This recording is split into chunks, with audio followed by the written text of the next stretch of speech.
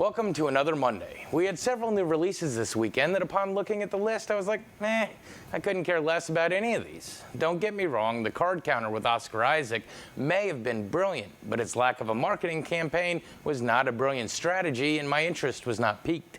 Shang-Chi held on to #1 at the box office, so I decided to go with the movie that took #3.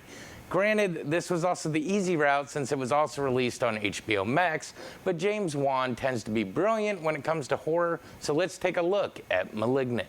Our film begins with Madison. After her abusive husband is murdered and she is found attacked, her life definitely seems to be going into a tailspin. Then we have to add insult to injury and Madison starts having visions of graphic murders perpetrated by the man who attacked her family. Seeing a report on the news the next day, she realizes she's actually witnessing these murders in real time, and her and her sister seek the help of the police. Suddenly, beyond just seeing these murders, the murderer starts communicating with her, saying his name is Gabriel and that Madison should remember him. This leads the sisters to look into Madison's past. It turns out she was adopted, and upon mentioning the name Gabriel to her adopted mother, the sisters are shown a tape of Madison as a young girl talking to her imaginary friend Gabriel, who she insisted was real and responsible for malicious occurrences. As the movie progresses, the action and suspense heat up. It's a race against time for the sisters and the police to stop these murders. Of course, a pattern starts to emerge and further evidence from the past must be dug up. Gabriel is no longer satisfied with just murdering, but wants to taunt all those trying to stop him, which is made even more creepy due to the fact that he can only communicate telepathically through electrical devices. Can he be stopped? We as the audience are about to sit through an absolutely bonkers third act to find out.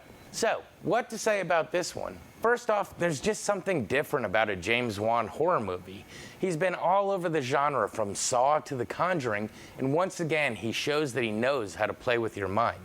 Through disorienting camera shots and the pure building of suspense, he's able to suck you in and scare you without the use of cheap jump scares. Don't get me wrong, there are a couple here and there, but they're used to advance the story rather than just elicit a scream. That being said, the twist to the story is completely predictable. I actually turned to the other guy watching it with me and predicted it halfway through the movie. Maybe that's just because I watched too many movies, or because it was a similar twist to one of my favorite Tales from the Crypt episodes. Man, I miss that show. Anyway, I saw it coming a mile away, but as I alluded to earlier, once it's revealed, the movie goes insane in the third act, with some fun visuals and a good bit of gore. The problem I see is once the twist is revealed, it makes the first kill and the ensuing events make absolutely no sense. But I'm sure Wan has a good explanation for it. So, will I buy this movie and add it to my collection and watch it again? Most likely not, but it's an entertaining love letter to 80s foreign horror films, and it was a fun and entertaining first watch.